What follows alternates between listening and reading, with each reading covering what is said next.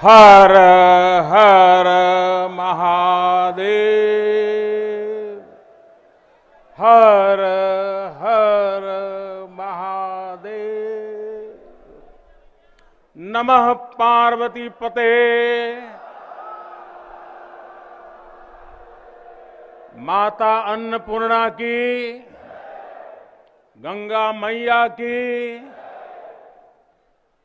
और देश विदेश से इस अवसर के साक्षी बन रहे सभी श्रद्धालु साथीगण, काशी के सभी बंधुओं के साथ बाबा विश्वनाथ के चरणों में हम शीश नवावत है। माता अन्नपूर्णा के चरणन का बार बार वंदन करत है। अभी मैं बाबा के साथ साथ नगर कोतवाल काल भैरव जी के दर्शन करके ही आ रहा हूं। देशवासियों के लिए उनका आशीर्वाद लेकर आ रहा हूं।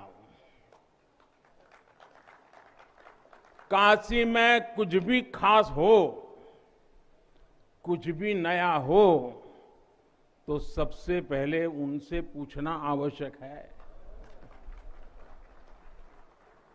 मैं काशी के कोतवाल के चरणों में भी प्रणाम करता हूं।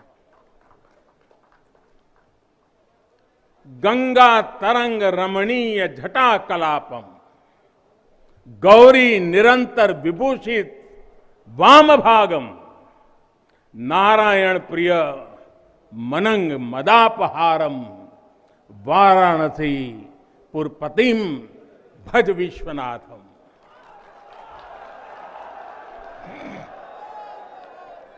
हम बाबा विश्वनाथ दरबार से देश दुनिया के उन श्रद्धालु जनन के प्रणाम करत है जो अपने अपने स्थान से इस महायज्ञ के साक्षी बनत होन। हम आप सब काशीवासी लोगन के प्रणाम करत है जिनके सहयोग से इस शुभ घड़ी आयल है। हृदय गदगद है, मन आह्लादित है। आप सब लोगन के बहुत बहुत बधाई है।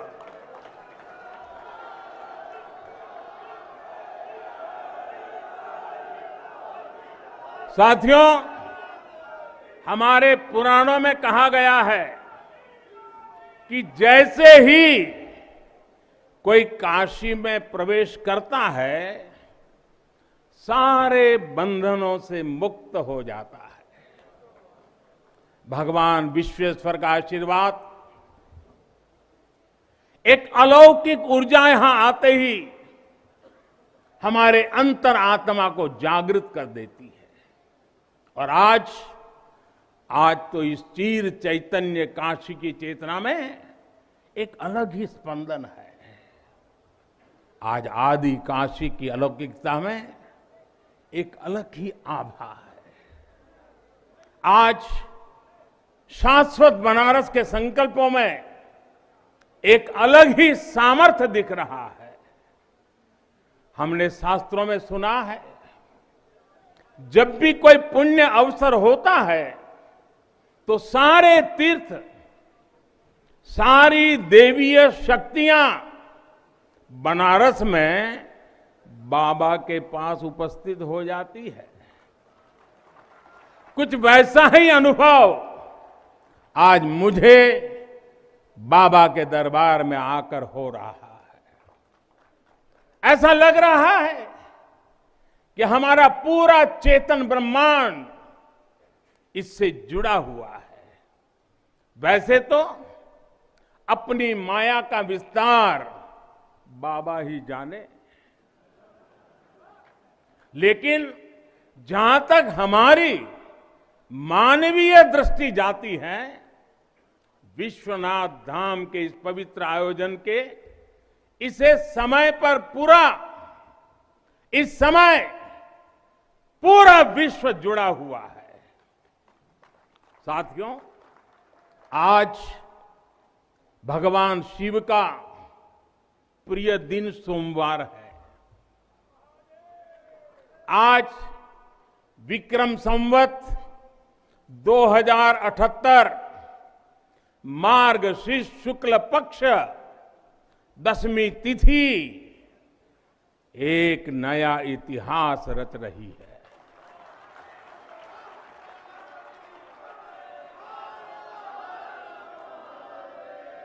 और हमारा सौभाग्य है कि हम इस तिथि के साक्षी बन रहे हैं। आज विश्वनाथ धाम अकल्पनीय अनंत ऊर्जा से भरा हुआ है। उसका वैभव विस्तार ले रहा है। इसकी विशेषता आसमान छू रही है। यहां आसपास जो अनेक प्राचीन मंदिर लुप्त हो गए थे, उन्हें भी पुनः स्थापित किया जा चुका है। बाबा अपने भक्तों की सदियों की सेवा से प्रसन्न हुए हैं, इसलिए उन्होंने आज के दिन का हमें आशीर्वाद दिया है। विश्वनाथ धाम का ये पूरा नया परिसर एक भव्य भवन भर नहीं है। ये प्रतीक है हमारे भारत की सनातन संस्कृति का। ये प्रतीक है हमारी आध्यात्मिक आत्मा का। ये प्रतीक है भारत की प्राचीनता का, परंपराओं का, भारत की ऊर्जा का, गतिशीलता का। आप यहां जब आएंगे तो केवल आस्था के ही दर्शन होंगे ऐसा नहीं है। आपको यहां अपने अतीत के गौरव का एहसास भी होगा। कैसे प्राचीनता और नवीनता एक साथ सजीव हो रही है, कैसे पुरातन की प्रेरणाएं भविष्य को दिशा दे रही हैं, इसके साक्षात दर्शन विश्वनाथ धाम परिसर में हम कर रहे हैं। साथियों, जो मां गंगा उत्तर वाहिनी होकर बाबा के पांव पखारने काशी आती है, वो मां गंगा भी आज बहुत प्रसन्न होगी। अब जब हम भगवान विश्वनाथ के चरणों में प्रणाम करेंगे, ध्यान लगाएंगे, तो मां गंगा को स्पर्श करती हुई हवा हमें स्नेह देगी, हमें आशीर्वाद देगी। और जब मां गंगा उन्मुक्त होगी, प्रसन्न होगी, तो बाबा के ध्यान में हम गंग तरंगों की कलकल, गंग तरंगों की कलकल का दैवीय अनुभव भी कर सकेंगे। बाबा विश्वनाथ सबके हैं, मां गंगा सबकी है, उनका आशीर्वाद सबके लिए है। लेकिन समय और परिस्थितियों के चलते बाबा और मां गंगा की सेवा की यह सुलभता मुश्किल हो चली थी। यहां हर कोई आना चाहता था, लेकिन रास्तों और जगह की कमी हो गई थी। बुजुर्गों के लिए, दिव्यांगों के लिए यहां आने में बहुत कठिनाई होती थी। लेकिन अब विश्वनाथ धाम परियोजना के पूरा होने से यहां हर किसी के लिए पहुंचना सुगम हो गया है। हमारे दिव्यांग भाई बहन, बुजुर्ग माता पिता सीधे बोर्ड से जेटी तक आएंगे। जेटी से घाट तक आने के लिए भी एस्केलेटर लगाए गए हैं। वहां से सीधे मंदिर तक आ सकेंगे। संकरे रास्तों की वजह से दर्शन के लिए जो घंटों तक का इंतजार करना पड़ा था, जो परेशानी होती थी, वो भी अब कम होगी। पहले यहां जो मंदिर क्षेत्र केवल 3000 वर्ग फीट में था, वो अब करीब करीब 5 लाख वर्ग फीट का हो गया।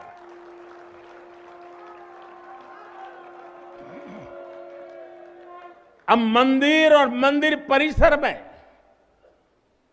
50, 60, 70 हजार श्रद्धालु आ सकते हैं।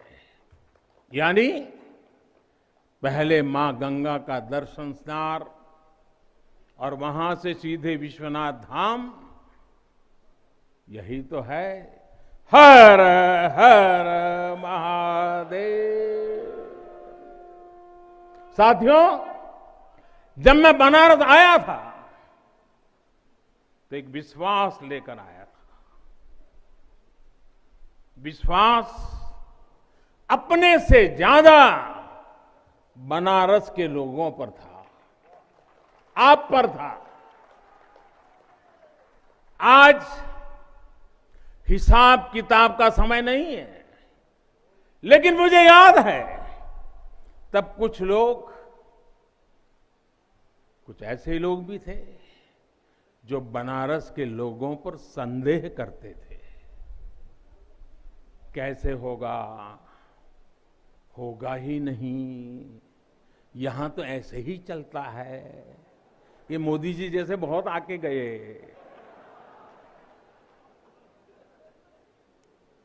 मुझे आश्चर्य होता था कि बनारस के लिए ऐसी ही धारणाएं बना ली गई थी, ऐसे तर्क दिए जाने लगे थे। ये जड़ता बनारस की नहीं थी, हो भी नहीं सकती थी।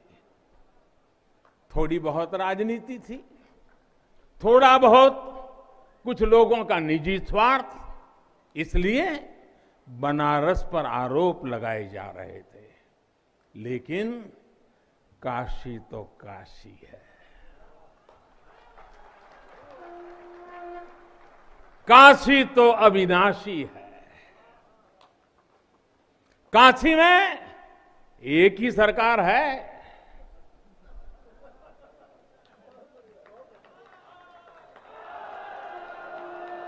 जिनके हाथों में डमरू है, उनकी सरकार है। जहां गंगा अपनी धारा बदलकर बहती हो, उस काशी को भला कौन रोक सकता है। काशी खंड में भगवान शंकर ने खुद कहा है, विना मम प्रसादम वै कह काशी प्रति प्रद्युत्ते। अर्थात बिना मेरी प्रसन्नता के काशी में कौन आ सकता है, कौन इसका सेवन कर सकता है। काशी में महादेव की इच्छा के बिना न कोई आता है और न यहां उनकी इच्छा के बिना कुछ होता है। यहां जो कुछ होता है महादेव की इच्छा से होता है। ये जो कुछ भी हुआ है महादेव ने ही किया है।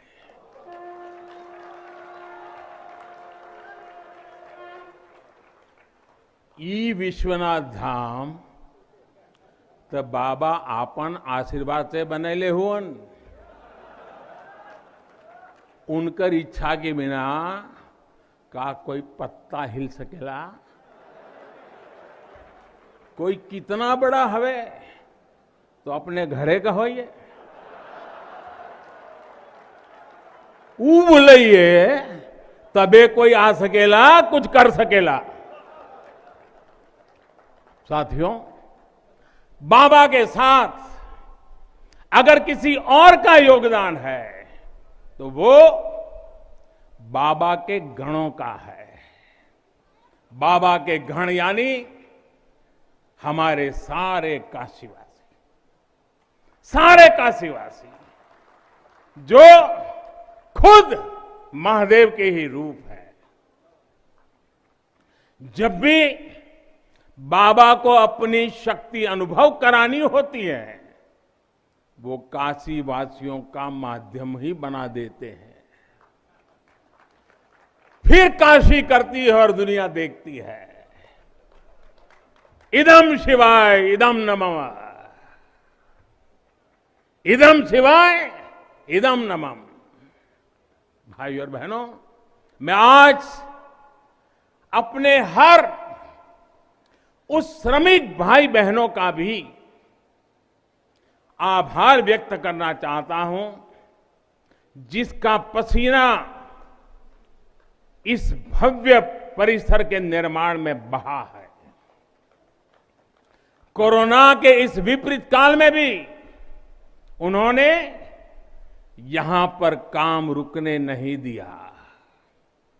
मुझे अभी अपने इस श्रमिक साथियों से मिलने का अवसर मिला, उनके आशीर्वाद लेने का सौभाग्य मिला। हमारे कारीगर, हमारे सिविल इंजीनियरिंग से जुड़े लोग, प्रशासन के लोग, वो परिवार जिनके यहां घर हुआ करते थे, मैं सभी का अभिनंदन करता हूं। और इन सबके साथ मैं यूपी सरकार, हमारे कर्मयोगी मुख्यमंत्री योगी आदित्यनाथ जी का भी और उनकी पूरी टीम का भी अभिनंदन करता हूं, जिन्होंने काशी विश्वनाथ धाम परियोजना को पूरा करने के लिए दिन रात एक कर दिया। साथियों, हमारी इस वाराणसी ने युगों को जिया है, इतिहास को बनते बिगड़ते देखा है। कितने ही कालखंड आए गए, कितनी ही सल्तनतें उठी और मिट्टी में मिल गई, फिर भी बनारस बना हुआ है। बनारस अपना रस बिखेर रहा है।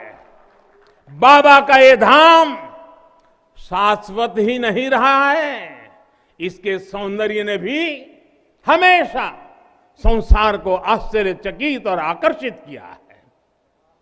हमारे पुराणों में प्राकृतिक आभा से घिरी काशी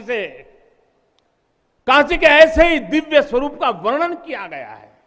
अगर हम ग्रंथों को देखेंगे, शास्त्रों को देखेंगे, इतिहासकारों ने भी वृक्षों, सरोवरों, तालाबों से घिरी काशी के अद्भुत स्वरूप का बखान किया है। लेकिन समय कभी एक जैसा नहीं रहता। आतताइयों ने इस नगरी पर आक्रमण किए, इसे ध्वस्त करने के प्रयास किए। औरंगजेब के अत्याचार, उसके आतंक का इतिहास साक्षी है, जिसने सभ्यता को तलवार के बल पर बदलने की कोशिश की, जिसने संस्कृति को कट्टरता से कुचलने की कोशिश की। लेकिन इस देश की मिट्टी बाकी दुनिया से कुछ अलग है। यहां अगर औरंगजेब आता है तो शिवाजी भी उठ खड़े होते हैं। अगर कोई सालार मसूद इधर बढ़ता है तो राजा सुहेलदेव जैसे वीर योद्धा उसे हमारी एकता की ताकत का एहसास करा देते हैं। और अंग्रेजों के दौर में भी वॉरेन हेस्टिंग का क्या हाल काशी के लोगों ने किया था। ये तो काशी के लोग समय समय पर बोलते रहते हैं और काशी की जुबान पर निकलता है, घोड़े पर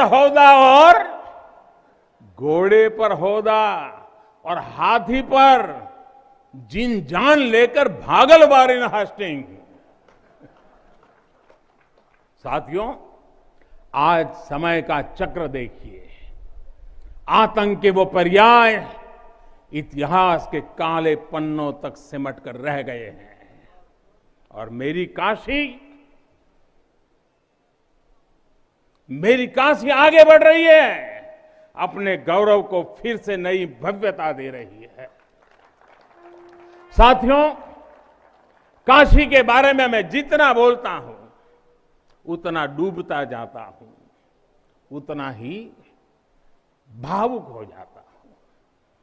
काशी शब्दों का विषय नहीं है, काशी संवेदनाओं की सृष्टि है। काशी वो है जहां जागृति ही जीवन है। काशी वो है जहां मृत्यु भी मंगल है। काशी वो है जहां सत्य ही संस्कार है। काशी वो है जहां प्रेम ही परंपरा है। भाइयों बहनों, हमारे शास्त्रों ने भी काशी की महिमा गाते हुए आखिर में क्या कहा? नेति नेति ही कहा है। यानी जो कहा उतना ही नहीं है, उससे भी आगे कितना कुछ है। हमारे शास्त्रों ने कहा है, शिवम ज्ञायन इति ब्रूयो, शिवः शब्दार्थ चिंतका, अर्थात शिव शब्द का चिंतन करने वाले लोग शिव को ही ज्ञान कहते हैं। इसलिए ये काशी शिवमयी है, ये काशी ज्ञानमयी है। और इसलिए ज्ञान, शोध, अनुसंधान ये काशी और भारत के लिए स्वाभाविक निष्ठा रहे हैं। भगवान शिव ने स्वयं कहा है, सर्व क्षेत्रेषु भूपृष्ठे, सर्व क्षेत्रेषु भूपृष्ठे काशी क्षेत्रम च मे वपु, अर्थात धरती के सभी क्षेत्रों में काशी साक्षात मेरा ही शरीर है।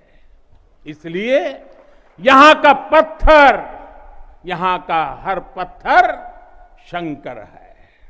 इसलिए हम अपनी काशी को सजीव मानते हैं और इसी भाव से हमें अपने देश के कण कण में मातृभाव का बोध होता है। हमारे शास्त्रों का वाक्य है, दृश्यते स्वर्ग सर्वे है, काश्यम विश्वेश्वर तथा, यानी काशी में सर्वत्र हर जीव में भगवान विश्वेश्वर के ही दर्शन होते हैं। इसलिए काशी जीवत्व को सीधे शिवत्व से जोड़ती है। हमारे ऋषियों ने भी कहा है, विश्वेश्वम शरणम याया समे बुद्धि प्रदास्यति, अर्थात भगवान विश्वेश्वर की शरण में आने पर समबुद्धि व्याप्त हो जाती है। बनारस वो नगर है जहां से जगत गुरु शंकराचार्य को श्री डोम राजा की पवित्रता से प्रेरणा मिली। उन्होंने देश को एकता के सूत्र में बांधने का संकल्प लिया। ये वो जगह है जहां भगवान शंकर की प्रेरणा से गोस्वामी तुलसीदास जी ने रामचरितमानस जैसी अलौकिक रचना की। यहीं की धरती सारनाथ में भगवान बुद्ध का बोध संसार के लिए प्रकट हुआ। समाज सुधार के लिए कबीरदास जैसे मनीषी यहां प्रकट हुए। समाज को जोड़ने की जरूरत थी तो संत रविदास जी की भक्ति की शक्ति का केंद्र भी ये काशी बनी। ये काशी अहिंसा और तप की प्रतिमूर्ति 4 जैन तीर्थंकरों की धरती है। राजा हरिश्चंद्र की सत्य निष्ठा से लेकर वल्लभाचार्य और रामानंद जी के ज्ञान तक, चैतन्य महाप्रभु और समर्थ गुरु रामदास के से लेकर स्वामी विवेकानंद और मदन मोहन मालवीय तक कितने ही ऋषियों और आचार्यों का संबंध काशी की पवित्र धरती से रहा है। छत्रपति शिवाजी महाराज ने यहां प्रेरणा पाई। रानी लक्ष्मीबाई से लेकर चंद्रशेखर आजाद तक कितने ही सेनानियों की कर्मभूमि जन्मभूमि काशी रही है। भारतेंदु हरिश्चंद्र, जयशंकर प्रसाद, मुंशी प्रेमचंद, पंडित रविशंकर और बिस्मिल्लाह खान जैसी प्रतिभाएं इस स्मरण को कहां तक लेते जाए, कितना कहते जाए, भंडार भरा पड़ा है। जिस तरह काशी अनंत है, वैसे ही काशी का योगदान भी अनंत है। काशी के विकास में इन अनंत पुण्य आत्माओं की ऊर्जा शामिल है। इस विकास में भारत की अनंत परंपराओं की विरासत शामिल है। इसलिए हर मत मतांतर के लोग, हर भाषा वर्ग के लोग यहां आते हैं तो यहां से अपना जुड़ाव महसूस करते हैं। साथियों, काशी हमारे भारत की सांस्कृतिक, आध्यात्मिक, राजधानी तो है ही, ये भारत की आत्मा का एक जीवंत अवतार भी है। आप देखिए, पूरब और उत्तर को जोड़ती हुई यूपी में बसी ये काशी, यहां विश्वनाथ मंदिर को तोड़ा गया तो मंदिर का पुनर्निर्माण माता अहल्याबाई होलकर ने करवाया। जिनकी जन्मभूमि महाराष्ट्र थी, जिनकी कर्मभूमि इंदौर, माहेश्वर और अनेक क्षेत्रों में थी, उन माता अहल्याबाई होलकर को आज मैं इस अवसर पर नमन करता हूं। 200-250 साल पहले उन्होंने काशी के लिए इतना कुछ किया था, तब के बाद काशी के लिए इतना काम अब हुआ है। साथियों, बाबा विश्वनाथ मंदिर की आभा बढ़ाने के लिए पंजाब से महाराजा रणजीत सिंह ने 23 मण सोना चढ़ाया था। इसके शिखर पर सोना मढ़वाया था। पंजाब से पूज्य गुरु नानक देव जी भी काशी आए थे, यहां सत्संग किया था। दूसरे सिख गुरुओं का भी काशी से विशेष रिश्ता रहा था। पंजाब के लोगों ने काशी के पुनर्निर्माण के लिए दिल खोलकर दान दिया था। पूरब में बंगाल की रानी भवानी ने बनारस के विकास के लिए अपना सब कुछ अर्पण किया। मैसूर और दूसरे दक्षिण भारतीय राजाओं का भी बनारस के लिए बहुत बड़ा योगदान रहा है। एक ऐसा शहर है जहां आपको उत्तर, दक्षिण, नेपाली, लगभग हर तरह की शैली के मंदिर दिख जाएंगे। विश्वनाथ मंदिर इसी आध्यात्मिक चेतना का केंद्र रहा है और अब ये विश्वनाथ धाम परिसर अपने भव्य रूप में इस चेतना को और ऊर्जा देगा। साथियों, दक्षिण भारत के लोगों की काशी के प्रति आस्था, दक्षिण भारत का काशी पर और काशी का दक्षिण भारत पर प्रभाव हम सब भली भांति जानते हैं। एक ग्रंथ में लिखा है, तेनो पयाथेन कदाचनात् वाराणसीम पाप निवारणम आवादी वाणी बलिना सविष्यन विलोक्य लीला वासरे विलिप्ता। कन्नड़ भाषा में कहा गया है, यानी जब सदगुरु माधवाचार्य जी अपने शिष्यों के साथ चल रहे थे तो उन्होंने कहा था कि काशी के विश्वनाथ पाप का निवारण करते हैं। उन्होंने अपने शिष्यों को काशी के वैभव और उसकी महिमा के बारे में भी समझाया। साथियों, सदियों पहले की ये भावना निरंतर चली आ रही है।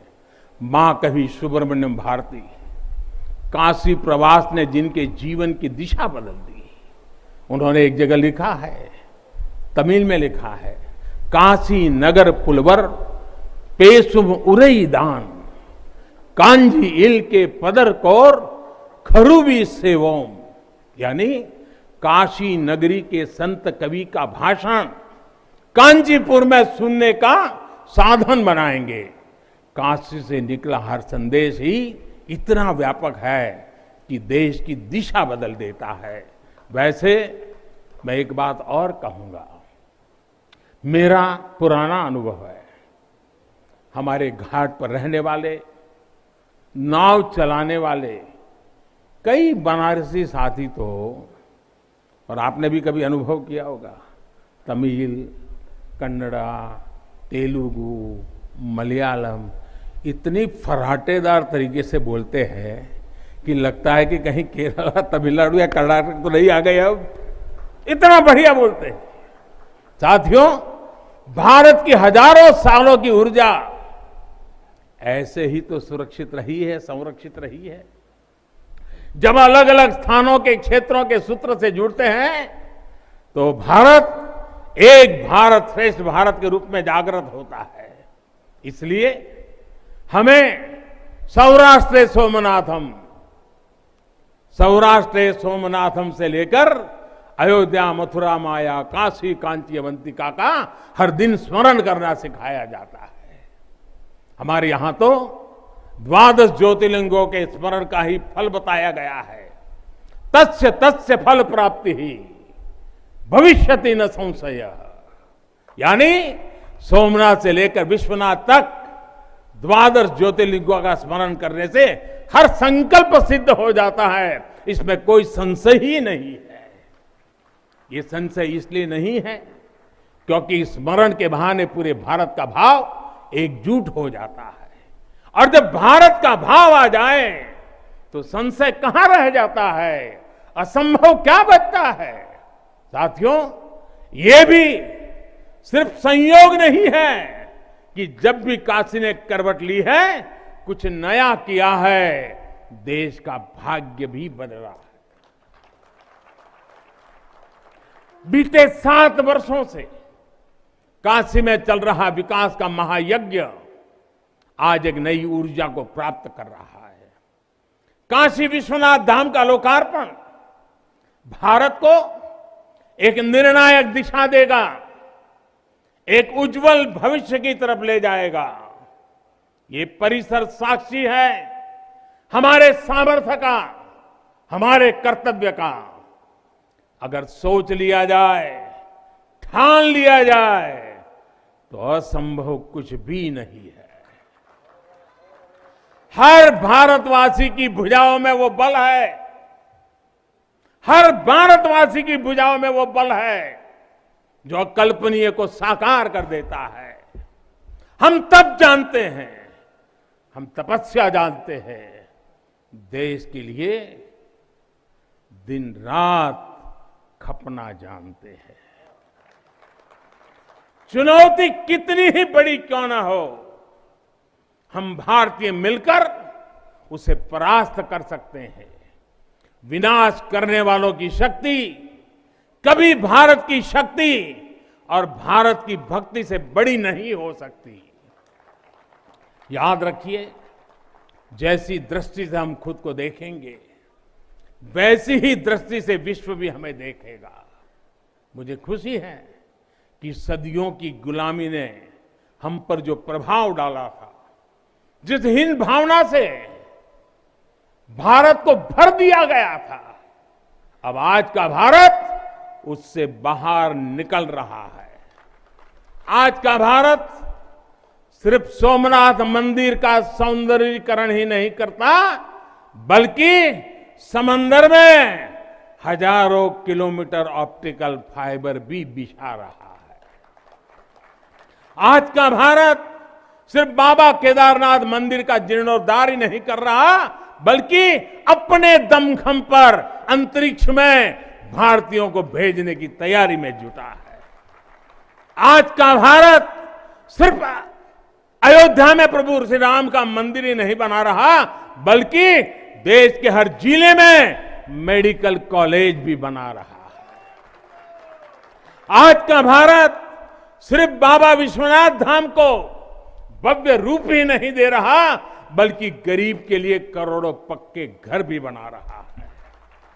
साथियों, नए भारत में अपनी संस्कृति का गर्व भी है और अपने सामर्थ्य पर उतना ही भरोसा भी है। नए भारत में विरासत भी है और विकास भी है। आप देखिए, अयोध्या से जनकपुर आना जाना आसान बनाने के लिए राम जन्म की मार्ग का निर्माण हो रहा है। आज भगवान राम से जुड़े स्थानों को रामायण सर्किट से जोड़ा जा रहा है और साथ ही रामायण ट्रेन चलाई जा रही है। बुद्ध सर्किट पर ही काम हो रहा है तो साथ ही कुशीनगर में इंटरनेशनल एयरपोर्ट भी बनाया गया है। करतारपुर साहिब कॉरिडोर का निर्माण किया गया है तो वहीं हेमकुंड साहिब जी के दर्शन आसान बनाने के लिए रोपवे बनाने की भी तैयारी है। उत्तराखंड में 4 धाम सड़क महापरियोजना पर भी तेजी से काम जारी है। भगवान विट्ठल के करोड़ों भक्तों के आशीर्वाद से श्री संत ज्ञानेश्वर महाराज पालकी मार्ग और संत तुकाराम महाराज पालकी मार्ग का भी काम अभी कुछ हफ्ते पहले शुरू हो चुका है। साथियों, केरला में गुरुवायूर मंदिर हो या तमिलनाडु में कांचीपुरम वेलंकानी, तेलंगाना का जोगलांबा देवी मंदिर हो या फिर बंगाल का बेलूर मठ, गुजरात में द्वारका जी हो या फिर अरुणाचल प्रदेश का परशुराम कुंड, देश के अलग अलग राज्यों में हमारी आस्था और संस्कृति से जुड़े ऐसे अनेकों पवित्र स्थानों पर पूरे भक्ति भाव से काम किया गया है, काम चल रहा है। भाइयों और बहनों, आज का भारत अपनी खोई हुई विरासत को फिर से संजो रहा है। यहां काशी में तो माता अन्नपूर्णा खुद विराजती है। मुझे खुशी है कि काशी से चुराई गई मां अन्नपूर्णा की प्रतिमा 1 शताब्दी के इंतजार के बाद, 100 साल के बाद अब फिर से काशी में स्थापित की जा चुकी है। माता अन्नपूर्णा की कृपा से कोरोना के कठिन समय में देश ने अपने अन्न भंडार खोल दिए। कोई गरीब भूखा न सोए, इसका ध्यान रखा। मुफ्त राशन का इंतजाम किया। साथियों, जब भी हम भगवान के दर्शन करते हैं, मंदिर आते हैं, कई बार ईश्वर से कुछ मांगते हैं, कुछ संकल्प लेकर भी जाते हैं। मेरे लिए तो जनता जनार्दन ईश्वर का रूप है। मेरे लिए हर भारतवासी ईश्वर का ही अंश है। जैसे सब लोग भगवान के पास जाकर के मांगते हैं, जब मैं आपको भगवान मानता हूं, जनता जनार्दन को ईश्वर का रूप मानता हूं, तो मैं आज आपसे कुछ मांगना चाहता हूं। मैं आपसे कुछ मांगता हूं। मैं आपसे अपने लिए नहीं, हमारे देश के लिए 3 संकल्प चाहता हूं। भूल मत जाना, 3 संकल्प चाहता हूं और बाबा की पवित्र धरती से मांग रहा हूं। पहला, स्वच्छता, दूसरा सृजन और तीसरा आत्मनिर्भर भारत के लिए निरंतर प्रयास।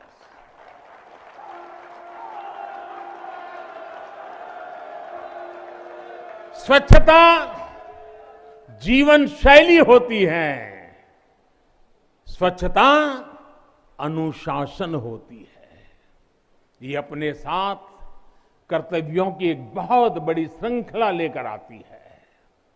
भारत चाहे जितना ही विकास करे, स्वच्छ नहीं रहेगा तो हमारे लिए आगे बढ़ पाना मुश्किल होगा। इस दिशा में हमने बहुत कुछ किया है, लेकिन हमें अपने प्रयासों को और बढ़ाने होंगे। कर्तव्य की भावना से भरा आपका एक छोटा सा प्रयास देश की बहुत मदद करेगा। यहां बनारस में भी शहर में घाटों पर स्वच्छता को हमें एक नए स्तर पर लेकर जाना है। गंगा जी की स्वच्छता के लिए उत्तराखंड से लेकर बंगाल तक कितने ही प्रयास चल रहे हैं।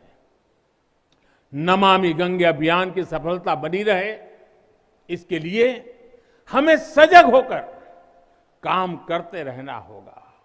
साथियों, गुलामी के लंबे कालखंड में हम भारतीयों का आत्मविश्वास ऐसा तोड़ा कि हम अपने ही सृजन पर विश्वास खो बैठे।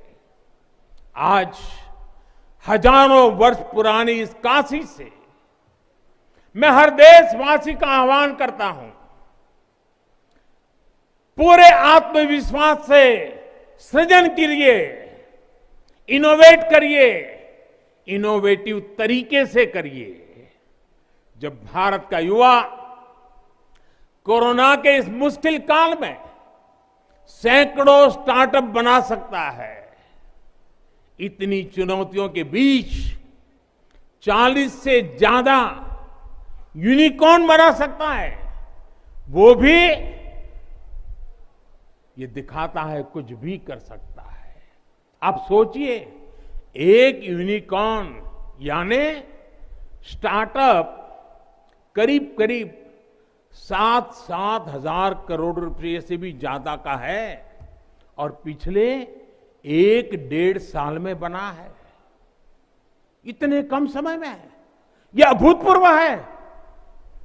हर भारतवासी जहां भी है, जिस भी क्षेत्र में है, देश के लिए कुछ नया करने का प्रयास करेगा, तभी नए मार्ग मिलेंगे, नए मार्ग बनेंगे और हर नई मंजिल पाकर रहेंगे। भाइयों और बहनों, तीसरा एक संकल्प जो आज हमें लेना है वो है आत्मनिर्भर भारत के लिए अपने प्रयास बढ़ाने का। ये आजादी का अमृत काल है। हम आजादी के 75वें साल में हैं, जब भारत 100 साल की आजादी का समारोह बनाएगा, तब का भारत कैसा होगा, इसके लिए हमें अभी से काम करना होगा।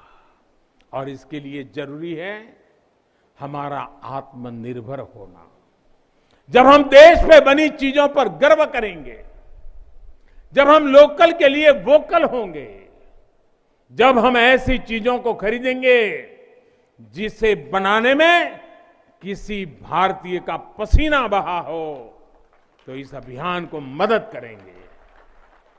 अमृत काल में भारत 130 करोड़ देशवासियों के प्रयासों से, सबके प्रयासों से आगे बढ़ रहा है। महादेव की कृपा से, हर भारतवासी के प्रयास से हम आत्मनिर्भर भारत का सपना सच होता देखेंगे। इसी विश्वास के साथ मैं बाबा विश्वनाथ के, माता अन्नपूर्णा के, काशी कोतवाल के और सभी देवी देवताओं के चरणों में एक बार फिर प्रणाम करता हूं। इतनी बड़ी तादाद में देश के अलग अलग कोने से पूज्य संत महात्मा पधारे हैं। यह हमारे लिए, मुझ जैसे एक सामान्य नागरिक के लिए यह सौभाग्य की पल है। मैं सभी संतों का, सभी पूज्य महात्माओं का सर झुका करके हृदय से अभिनंदन करता हूं, प्रणाम करता हूं। मैं आज सभी काशीवासियों को, देशवासियों को फिर से बधाई देता हूं, बहुत बहुत शुभकामनाएं देता हूं। हर हर महादेव, हर हर महादेव, हर हर महादेव।